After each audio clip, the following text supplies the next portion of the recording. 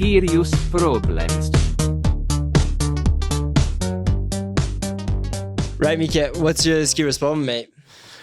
My Skirious problem is that this is like the most faff thing we've ever done before recording a podcast. But we have a freaking great guest today on, actually. I think it's fair to say the revelation of the season so far. And like we only have 1 weekend left, so there's going to be no other revelation.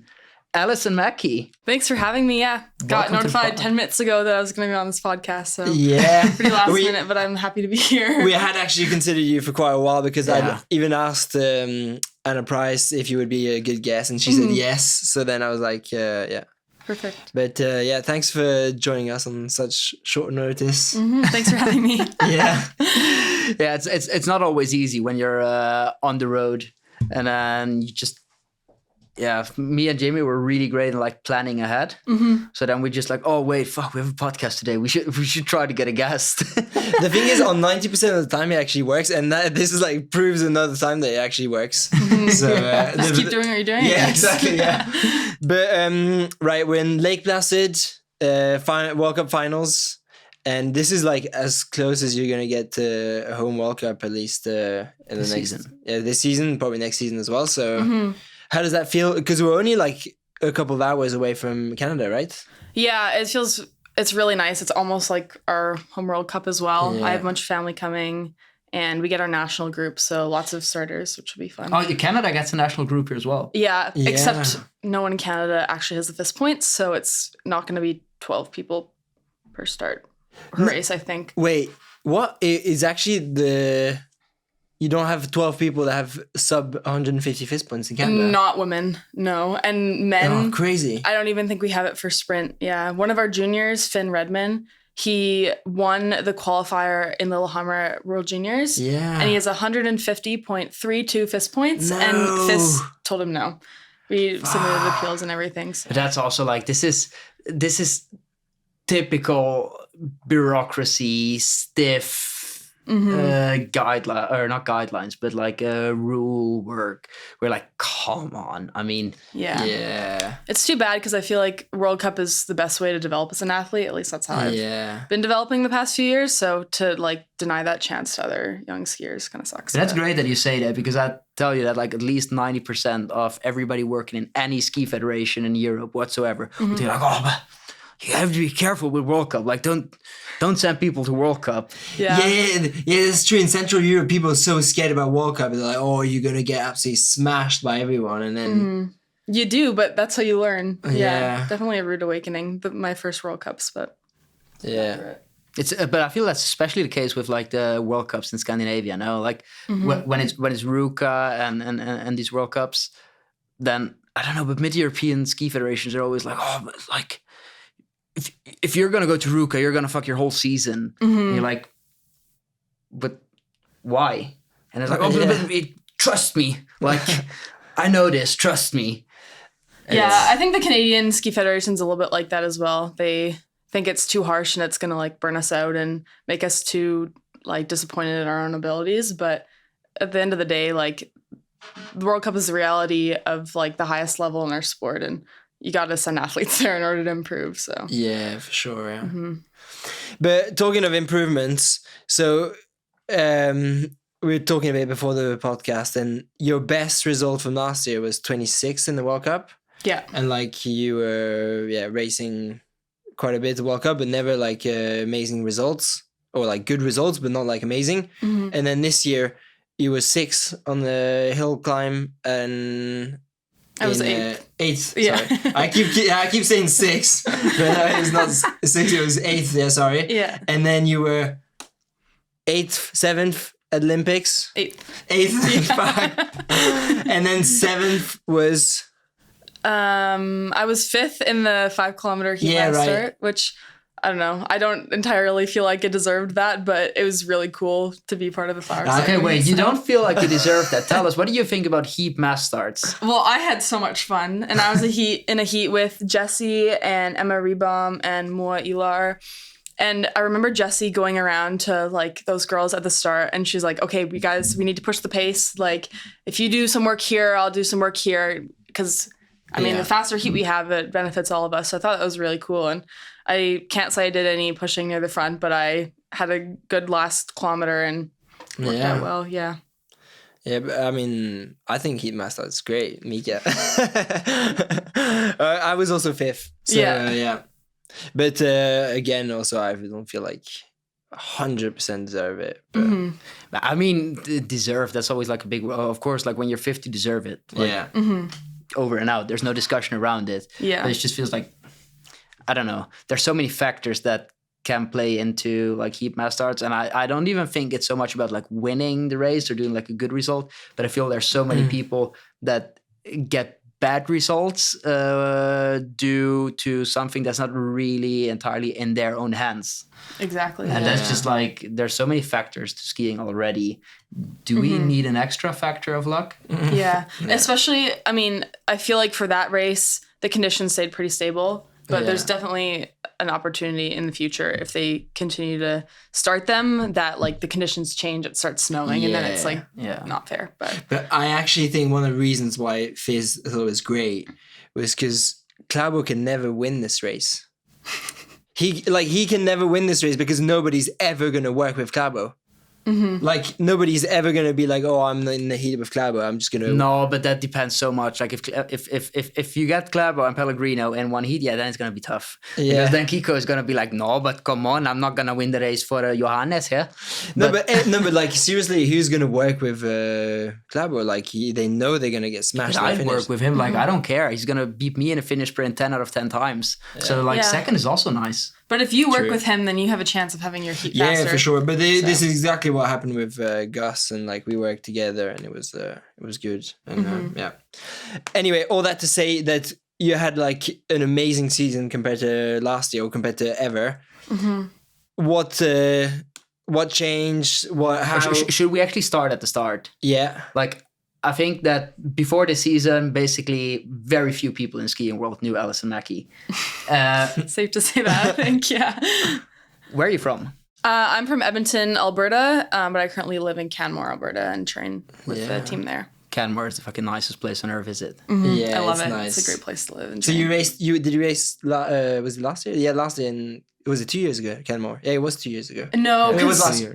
I was at World Juniors in Planica. Yeah, ended up being sick and only doing a sprint quali, in which I fell in. Shit. So that was a shitty week. But I got to go to Minneapolis afterwards, which was craziest crowds ever. Yeah. Minneapolis was insane. That was insane. Okay, so you live in Canmore. You went to World Cup first time in Minneapolis. Yeah. Then last year you did the last 2 periods. I did Les Russes all the way to Lahti. Yeah. Okay. Yeah. Les Russes all the way to Lahti. So you did Trondheim. Yeah, I was at Trondheim. How did that go? I think it wasn't my best racing. Obviously it's hard to be at your fittest the entire way through the season, and my priority was World Juniors in Italy, and it was a couple weeks after World Juniors, and I was kind of in a little bit of like a slump in the season, I guess. It's pretty hard to be on the road for so long, and I had never been like away from a home base for more than a month, so it was an amazing experience, but definitely not my best work. Yeah. And was it World Juniors after or before Trondheim? It was before. Before Trondheim. Yeah. I had 2 bronze medals there, so that was pretty big, and the first Canadian woman to get any medal at World Juniors since 1989. Yeah. Wow. Yeah. That's big. Yeah, that was my focus for the season, and it went well. And then the rest of the season, I was kind of a little bit of like gold medal syndrome, I guess you could say, even though I didn't get a gold medal. Yeah. All right, but then summer comes, and some things change, because the next time we saw you after that period, at the same time, when you go from like junior to like senior, like it can also just be continued. No, but when I say change, like the performance changed after it. But was there like a key moment, or is there like something you changed particularly in training, or did you just continue on what you were doing to turn into like this ridiculous good skier? I think not much change, actually. It was more of just like being consistent and having a good summer of training, and also getting experience on World Cup. I think especially with mass starts, the women start so fast, and I was getting dropped every single mass start race last year, and it was so frustrating. But just to be able to have the fitness to start faster and keep that pace up throughout the race has definitely been crucial in my development. So you've just been fitter, basically. Yeah. Yeah, better shape and better, Exactly. Yeah. So just gradual improvements since, yeah. Mm-hmm. Me and Mika were so old now that we don't get that gradual improvement anymore. Yeah, I need to tell myself that this will likely not happen next year or the year after, but I should just enjoy it now. Wait, but you're not 21? I'm 20. This will most likely happen still next Yeah. year. Like Hopefully. you might have like a year where there's like a bit less improvement, but like if you're not gonna start doing stupid shit, there's no reason why your improvement should stop. Yeah. But I feel like this happened a lot with North Americans that do not. I don't hope that it happens to you, but like it happens. But I'll just throw it in there real quick. No, it does happen often that you get like these super good skiers that do really well their first year on World Cup and then have like a couple of years of dip before they become really good again. Like If you look at Gus as well. Zach Etterson, Gus Schumacher, Yeah. even Ben Ogden. Yeah, true. But then eventually they do get like really, really good. But like, yeah. Yeah. Do you know what that is or? I think it might just come with like, honestly, the burnout of being on the road for so long. If it's Yeah. North Americans, like we don't get to go home. I haven't been home since before Christmas. And I don't know, it's tough living out of a suitcase for 3 months and having access to a washing machine like once a month. That's and I think shit. maybe some burnout is attributed to that, but Yeah. we'll see what happens, I guess. Yeah. But you got to understand Europeans as well. Like for us, it's hard too. Like we need to come to the US for like 8 days, and it's like quite expensive to go here. It's Oh, don't Like, tell it's tough- me. it's don't tough for complain us about too. money. We pay for everything pretty much, which I don't know. I don't ski for the money, but it definitely is gonna be tougher in the next couple of years if nothing changes. But Yeah. Wait, okay. but, okay, yeah. Yeah. Tell us more about that then. So I think Hortensia tried to explain it to us a few years ago on the podcast. But give us a bit of the lowdown how it works for you Canadians. Like, yeah, so we're pretty lucky this year where the Tour de Ski and Period 3 and obviously the games were all covered, so we didn't have to pay for that. But last year, they'd like set a price on a period of World Cup racing, and if you got a top 20, you get a 50% reimbursement. If you got a top 12, you get a 75% reimbursement. And if you got a top 6, you get 100% reimbursement. And period 3 of the World Cup last year, I know it cost us over $10,000 Canadian, which is, a lot of money. Like 7,000 euros or something? About that, yeah. And that's what, 4 weeks, 3 weeks? 4 weeks, yeah. Jesus. So, I don't know, it definitely adds up if you're not having a great season. Wait, but what happens to like all the FIS travel money and stuff, travel reimbursement? Like that's quite a bit of money for the it should cover the hotels and stuff, no? The COC leader gets a discount, like it's quite a bit cheaper. And I was lucky that last year I was a COC leader. And so I did not pay $10,000 for period 3, thankfully. But I'm not sure. I think the Nordic Canada, our NSO, has in the past not put a lot of money into high performance, and that's starting to change. We've had a lot of staffing changes in the past couple of years, and I think it's going in a really good direction, but still takes time. So, but like this year, like the money, travel money. So FIS pays a certain amount of money to teams when they go to World Cups. But like, for example, for our size, it's bigger for bigger teams. But like for our team, it will cover for one coach and one athlete to travel to a World Cup and like hotel and like travel pretty much. So you can imagine that for the Canadian team, they have a truck and they have tons of staff and tons of athletes. They go for every single race for like a super long period of time, and it's not just from the Thursday to the Sunday, it's from the Monday to the Sunday each week. Yeah. So it's like, I think that money that they get from FIS just disappears like so quick. So I can imagine that, Yeah, but it's tough. But I think it's going to get a lot better in the next couple of years, which will be good. Yeah. So. Because government funding? Or? Partially. I actually got to meet Prime Minister Mark Yeah, Carney I saw. after the Holmenkollen about 20 minutes after my race ended, so I felt absolutely awful and exhausted. But he told us to our faces that he's going to improve sport funding over the next few months. And obviously that'll be a process too. But And you believed him. I was just going to say, you do realize he's a politician, right? I do, but if he's telling it to his athletes' faces, you know, he also did tell us that like the Milano Cortina Games was a bit of a wake-up call. Yeah. Canada was not owning the podium as we have in the past. And so, I think also for the Paralympics, I think it's a bit of a wake-up call to put more money into sport, but I don't know. There's only so much that can happen in like at one time, so we'll see. Yeah. Yeah, but it's freaking cool that you actually have the Prime Minister attending a World Cup race, which is Holmenkollen at the same time as well. I think he was in Oslo though for some. Yeah, but like there's probably lots of politicians in nearby big cities, but they still don't come to watch cross-country skiing races. Yeah, but it is the national. Not to like say that he didn't want to come and see you guys, but like. He is in Norway. It's the national sport of Norway, and they have the Holmenkollen World Cup, which is like the biggest. Okay, how often has the British race. ambassador to Norway been watching Holmenkollen in the last 5 years? The British ambassador. Yeah, he came with us to Davos, mate. The British ambassador to Norway. Wow. Okay. Came with us to Davos. He was watching all the races and stuff. He absolutely. He like had a reception in Oslo. And you guys still don't have any government funding. No, but like. Yeah. Like there's so much the ambassador can do. Yeah, I know. So that was a really bad example. That was that actually was a really bad example now. Yeah. He's also he told me he cross-country skis, so I think he's also a fan. Yeah. But how big is the cross-country skiing community these days in Canada now? I think depends where in the country, obviously, and it's a big country, but in BC, it's pretty good, and it's really good in the Ottawa region, like which is the capital. Yeah. There's a big park called Gatineau Park, and there's really good skiing there. I'd say the community is pretty good. It's not big, but I think it's a great group of people. Yeah.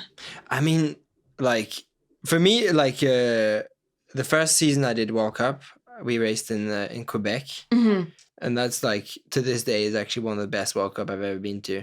It was like so good. There was tons of people on the side of the track, and it was like beautiful city, super good atmosphere, and like I just find it so sad that we don't go back to these places. If it like every time when there's like a race somewhere in the US, like, and people were saying when we went to Canmore that there's not going to be so much attendance here in Canmore.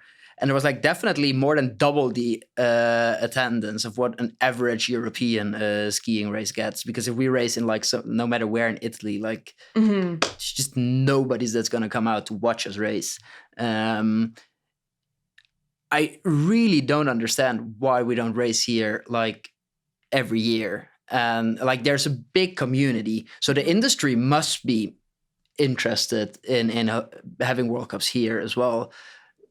Is it just the power of like big European ski federations that are like, oh no, but like, come on, like we're European, we race at home. Like we have to do at least like 3 World Cups in Norway. We have to do at least like 2 in Sweden and so on and so on. Like, what do you think, Jim? You're athlete's representative. I think part of that is just like so expensive for teams. I heard apparently some teams have to pay like tons and tons of money of excess luggage. But we all buy bigger and better, more modern wax trucks. Like these days, like actually most nations have some kind of wax truck.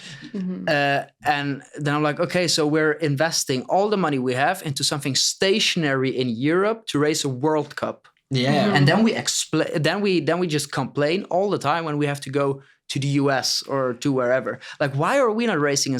You showed us in this athletes meeting that we had the other day. Yeah. You showed us the calendar of the women's ski jumping. Yeah. Like, we complain about the Tour de Ski. Oh, but come on, we have to go from Toblach to Val di Fiemme. It's such a long car drive. Like, we have to sit in a car for 4 hours. They go from Japan to Europe to the US within 3 weeks. Oh, yeah? Wow. Yeah. That's crazy. crazy. Or maybe it was within 4. Maybe I'm exaggerating now. It was 3 or 4 weeks. Keep it 3, mate. It's good with a bit of exaggeration. But my point is more that, like, yeah, it's expensive. So that's one of the arguments that's going to be used. But, like, I agree that when you Yeah, come... it's expensive for Europeans. Yeah, for Europeans, yeah. But, like, Canadians and Americans, it's expensive every single year. For Yeah, sure. exactly. Yeah, it's Yeah. just average for us. Yeah. But I mean, it's World Cup. It's Yeah. not European Cup. So I think it's For sure. important. Maybe like at least have most seasons have a North American stop, or it would even be cool to go to some place like Japan or somewhere else in Asia. Definitely. That would be sick. But Because we're never talking about the Japanese. Like Baba Naoto, Yeah. I think he comes here for like 2, 3, 4 weeks before the World Cup starts, and then he doesn't leave until it's like final. He doesn't get to go home for like 4 or 5 months at a time. Yeah. yeah. I mean, we have the Argentinian guy, Franco Del Fara, in Such our, a legend. in a hotel. And same. He just like travels alone. Like he's alone as well. So like he does like a lot of it, just travel by himself. But what I wanted to say is that, yeah, I 100% agree. Like when you see what the organizers are putting in place here in Lake Placid, you see the program for everything that's happening, like on top of the races. Like there's Jesse's screening of a film that's coming out. We're doing a live podcast. There's tons and tons of stuff happening, and like the organizers really want to make a cool event, and it is going to be a cool event. I heard there was like 9,000 tickets for each day, and they've all been sold out. So like it's going to be like insane. And at the same time, we race at the home of cross-country skiing in Holmenkollen. There is 0.0 advertising going on about the whole event. And actually, like, there was 2 races going on simultaneously. So you had action for 3-4 hours. And I think this was the lowest attendance they've probably ever had on a 50K in Holmenkollen. Yeah. Yeah, I'll say I was expecting slightly bigger crowds. Yeah. I think the weather definitely played a part. Yeah, but usually Norwegians don't give a fuck about the weather. True. Yeah, that's true. Yeah. Yeah, maybe I couldn't see the crowds because it was so foggy, but No, they just weren't there. Was this your first Holmenkollen? yeah. Because last year there was no 50K. There Yeah, was like right. 2 distance races, which I Yeah. did, but no 50K. That brings us to another topic. You did show us the calendar or the planned calendar for next year. Yeah. And as of now, there's no 50K Holmenkollen planned for next year. What do you think about that? Oh, wait. Okay. Wait. I can give a bit of background. It's not fully decided yet. Okay. They are thinking of not having a 50K because it's a week after the World Championships. And there's a 50K. And there's a following. 50K in Falun for the World Okay. Championships. The thing is, Fizz has been pushing the organizers of Oslo 50K to switch the biathlon World Cup with the cross-country World Cup. So we would have World Cup finals in Oslo, and we would have the 50K 2 weeks after the 50K of Falun. But they didn't switch it, and so now we get back to the same situation we were in Planica, where we, after the World Champs in Planica, where we do not have any 50K until we have 2 50Ks back to back, week after week in Falun and Oslo. So then they are worried that there's not going to be enough people, and there's going to be kind of a reduced 50K. So Yeah, but all the best considering the people will options. go. To Holmenkollen? Yeah, it's like this is what They didn't- happened they after Planica. All the Okay. best people went. not the best girls. For Sweden, for example, was there any Swedish? There was like 2 or 3 Swedish racing. Yeah, okay, but all the men went. I mean, I'm sorry. Like, then they have to change it to 30K if women can't. And this is not because I'm sexist or whatever, but like, we have a certain schedule, and I mean, yes, like men also get tired after a 50K. Like, Yeah. I just don't see that as an excuse. Yeah. What do you think about that? It is too bad that I think you're right that if there's a 50K in Holmenkollen the week after Falun, that there will not be many people starting. Like maybe 30 women, which is, I don't know, it's more fun to race the World Cup when everyone who's the best is there. But yeah, switching with biathlon would be great because World Cup finals in Holmenkollen would be so much fun. It would be but, epic. Yeah. But we've seen last year after Trondheim, like racing in Oslo. Also, instead of then doing sprints or whatever, then last year they decided, oh, you know what, we'll just do 2 individual races back to back. We'll do an individual 10K and then an individual 20K. Tell me how that weekend is easier than doing 150K. I don't see it. True, yeah. Yeah. That's my opinion. Like, we're giving so much power to these organizers now when they're going to fuck us anyway. Like, they've decided, no, this is the only weekend we can do, so then there's no 50K. That's just what it is. Why do we not just say, all right, Oslo, sorry, but then you know what? We'll go to the US and we'll have a 50K in the US or in Canada. And there's going to be like millions of people watching. Not millions, but like thousands of people watching. Mm-hmm. Yeah, I mean, but would everyone go to the US or Canada? The best one's good. Okay, I think we need to keep the tradition of the 50K in Holmenkollen. I think that's like, it's an epic race. It's like tradition. It's exactly. But the thing is, it's losing its prestige because they don't do it every year. Because it's not happening every year now, and because it's not been like as good crowds and as good like promotion as it used to be. And I think that's such a shame. I think we're not like a super exciting sport. And I think what's so exciting is those races. Like, imagine Kitzbühel, they were like, oh no, we're going to stop advertising because there's too many people that show up otherwise. And like, oh no, we're going to do a different race in Kitzbühel. We're not going to do, so it would destroy it. It's like some years when it's like super foggy in Kitzbühel, or when the snow situation is insanely bad, then they have to leave out either like the top part, which is like the most exciting part, Mausefalle, or they have to leave out Hausbergkante, and then they, like, this happened like once or twice, they took like a little detour into the finish. Okay. It's like the biggest drama ever because everybody's like, oh, it's not a Kitzbühel if it's not like with Mausefalle and with the Hausberg. And it's the same. It's not an Oslo World Cup if it's not 50K. Yeah, for sure. Yeah, I think the tradition should stay, but it's tricky to, especially around championship years, like, to plan around it. So yeah, but it's only as tricky as you make it. Like, if it's just a fixed thing and it's just what it is, it's like I said, at least on the men's side, and I'm sure that long term, like, women haven't raced 50K for so long, but I'm sure if you look at it on a long term perspective, like, all the best women will also race Holmenkollen when it becomes this like myth, like this prestigious thing more and more. Yeah, for sure. And then I'm like, obviously we want to get as many starters as possible. But if number 35 of the World Cup is too tired to do the 50K in Holmenkollen, is that really Johannes Oslo Klabo's problem? I don't think so. Is that the Oslo spectators' problem? Would you do it? If you were racing, so next year you're racing the 50K in Falun, would you race week after Holmenkollen 50K? When you know there's only one World Cup left after. Yeah. Probably. Yeah. I think my coaches would advise that I not, but I would probably do it. Yeah. Yeah. Because what's going to happen? You're going to be tired for the last World Cup weekend after, and it's like, oh yeah, well, World Cup's over now. So. Exactly. Yeah.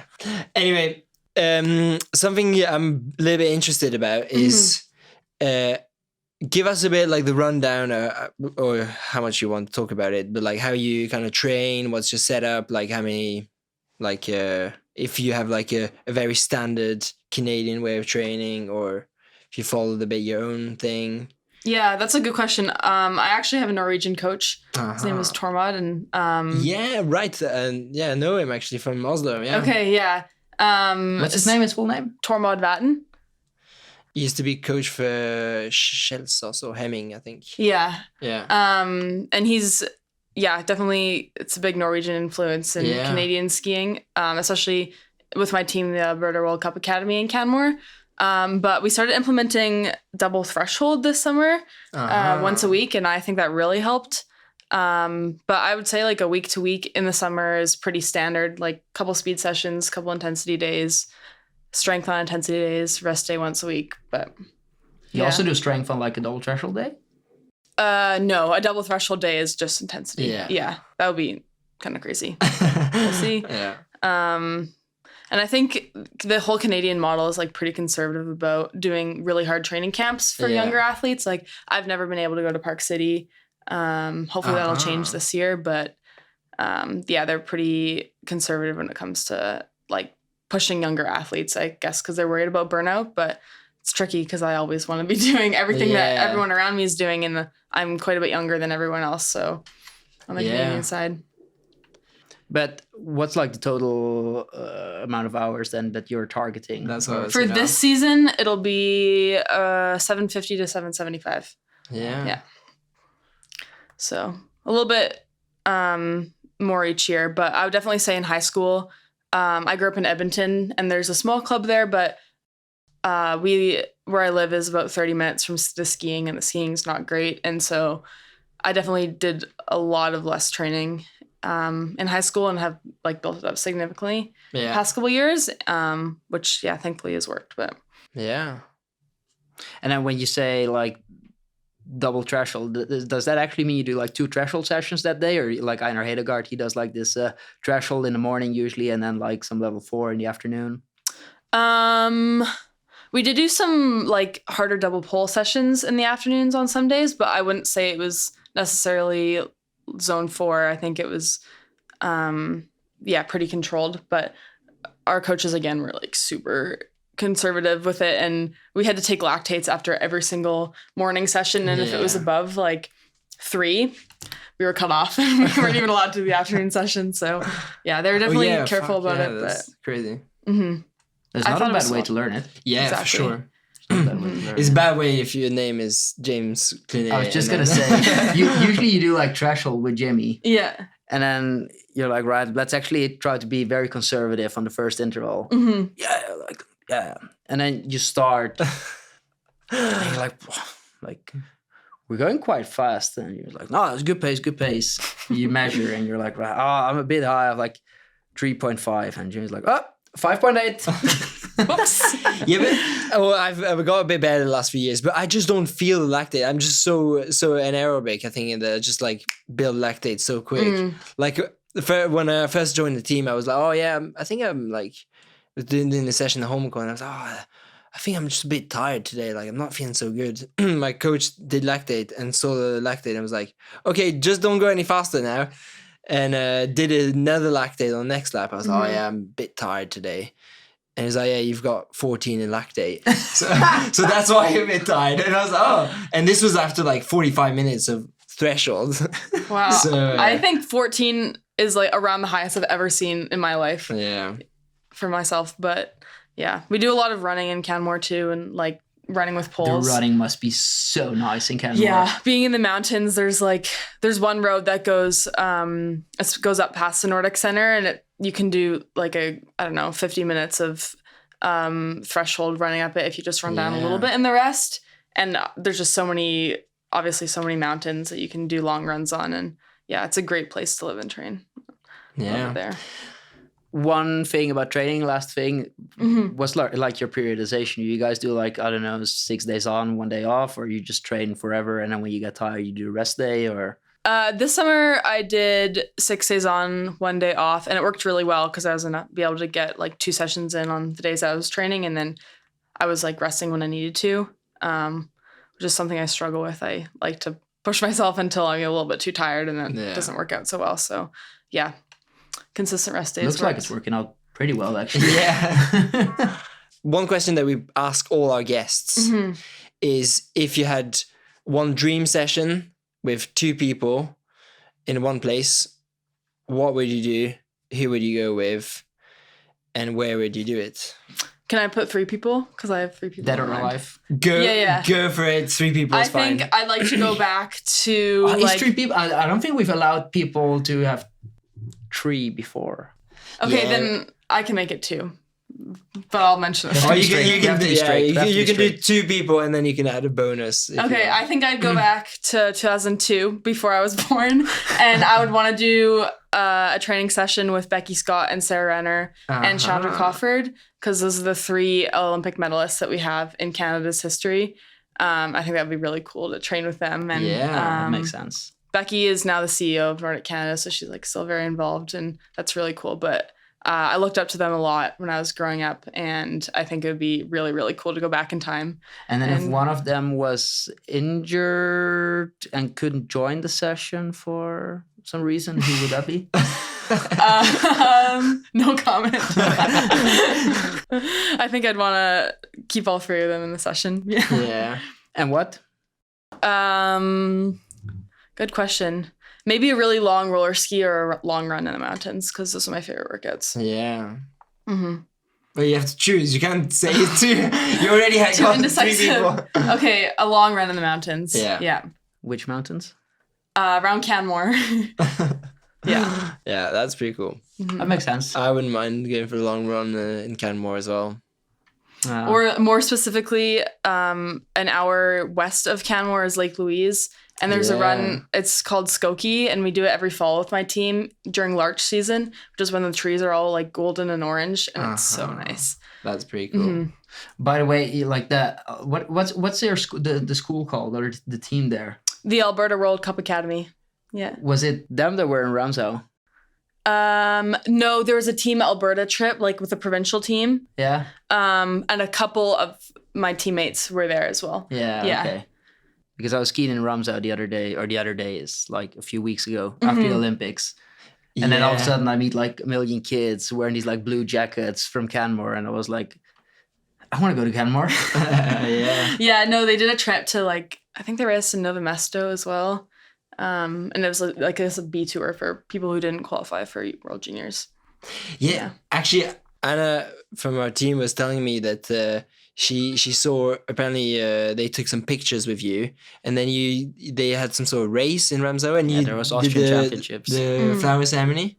I did And so she just saw a picture of the podium, and there was like 1, 2, 3, and you were like standing next to them, and she was like, "What the hell? Did Mika come fourth in this race?" And they all beat him. I don't think they'd ever stop talking about that if that happened. That's quite good. Yeah, she told me about it. Yeah, good times. I mean, at my shape at the given time, Yeah, there would have been a good possibility to that actually happening. yeah. But oh well. Is all of your family going to come here to watch you? My parents are coming, and some of my aunts and uncles and cousins as well. Some of my aunts and uncles and cousins. So not everyone in my like extended family, but a lot of my extended family lives in Ottawa, which is about 3 hours away. Yeah. So it's pretty easy for them to drive over. Oh, that's cool. Mm-hmm. Last thing I actually wanted to ask is, there seems to be a lot of people complaining about Nordic Canada. Mm-hmm. Is there anything you want to say about that?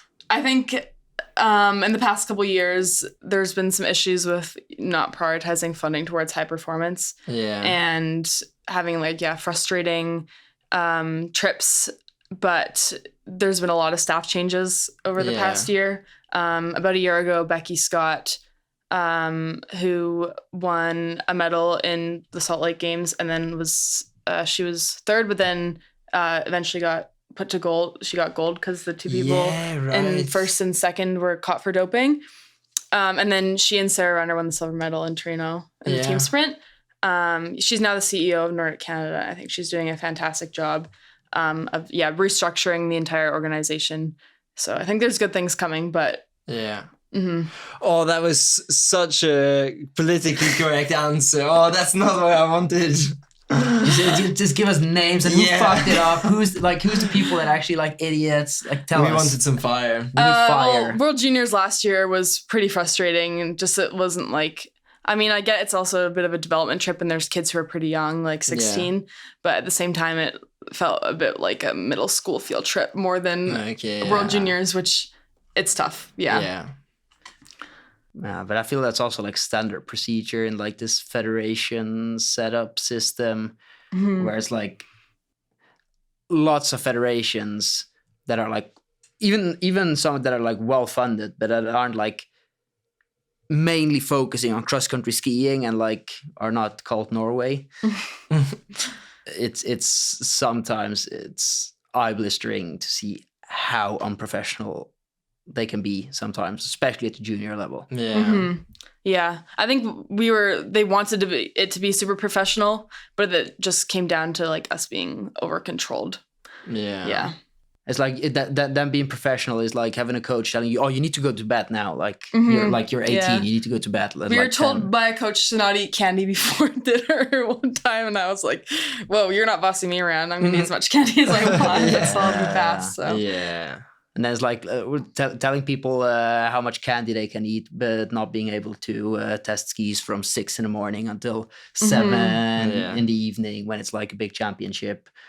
And when skis are being shit at the race, then being like, oh yeah, but like it's just like you can't compete against the Norwegians, can you? Yeah, I will say we had good skis on that trip though. But but actually the Olympic Games were, I think, a success for Canada, right, in cross-country skiing, because you had, Tom Stevens was also top 10, and then Xavier McKeever was 13th in the skiathlon. 13th, I thought was he not 16th in another race as well? Or was he 13th? He was 13th in the skiathlon for sure. Yeah. Actually, a question we need to ask here.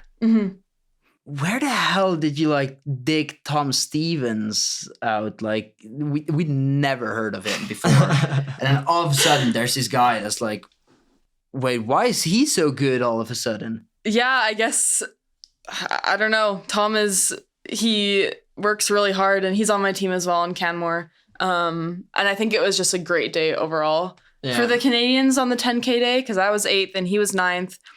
And all of the Canadian men were in the top 25 or something like that, which is pretty much unheard of. Nuts. So Yeah. I think it was a day where everything just came together. So So there is actually a good future possible for we've got lots of skiing. young skiers. How old is Tom Stevens? He is 23. So he's fairly young still. Yeah, we have a lot of girls too who are also born in 2002, and Zav's born in 2003, and I'm born in 2005. So got lots of good athletes coming. Lots of good prospects for GB as well, because all the Canadian skiers just switching to GB these days. Do you have a British passport by any chance? I do not. No. Damn it. But there's still a few in the Canadian system that have British passports, so there's some good prospects for GB. See that's like the whole GB recruiting. Yeah, they just like wait until there's somebody semi good from Canada, and then they're like, wait, but by the way, do you have a British passport? You know that like when we were at Tour de Ski, there were 7 of us, and five of the 7 have Canadian passports. Because even Andrew Young, who's fully like Scottish raised and born, he is half Canadian. Wait, is Youngie half Canadian? Yeah, he is. Yeah. Why have I never heard of this before? No, he is. They have. I was at the guy's wedding. I didn't know that he was half Canadian. They have a house in Whistler and everything. Yeah, I knew that they had a house in Whistler, but I didn't ever wonder why. I don't know. I just thought maybe they had some like. Nah, his mom's Canadian. Yeah. Really? Yeah. His mom's the most Scottish or British person I've ever met. No, definitely not. You've not met many Scottish people. That is a fact. Yeah, well, I remember Tony saying, I think it was maybe at the top of Alps Suisse, he was taking a photo for you guys for the British team, and he goes, "Go Canada!" I don't think you guys like that very much, but we thought it was funny. Oh, we thought it was banter. No, Okay. no, we're all good about it. I mean, all the best for us, like... We don't have to develop a pathway system, just Canada does it for us. And it's also really good when you have like this semi-good skier from Canada, and then all of a sudden he becomes British, and then he just ends up on basically on the first or second year skiing for GB, being better than basically all of the Canadians. Like Joe. Yeah, that's true. But also Anna Price, she beat most of the Canadians on most of the races, and not most, but at least half the Canadians she beat on all the races at the Olympics, I think. So yeah. No, Anna's awesome, and hope she keeps skiing for next couple years. So right, I think that like this is a sign. Like our second camera is just turning off because it's out of battery. Yeah. So I think we can. Yeah, thanks for joining us on the podcast. Yeah, thanks for having me. Yeah. Do you want to do the outro, Mika? I'll do the outro, right?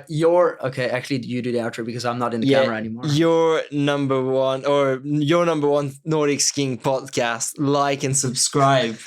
This is normally Mika that does it, but thanks for joining in, and looking forward to see how well the races go for you this weekend. I think it's going to be cool. It'll be fun. Thank you for having me. Right, ciao. Ciao, ciao. Bye. Skirious Problems.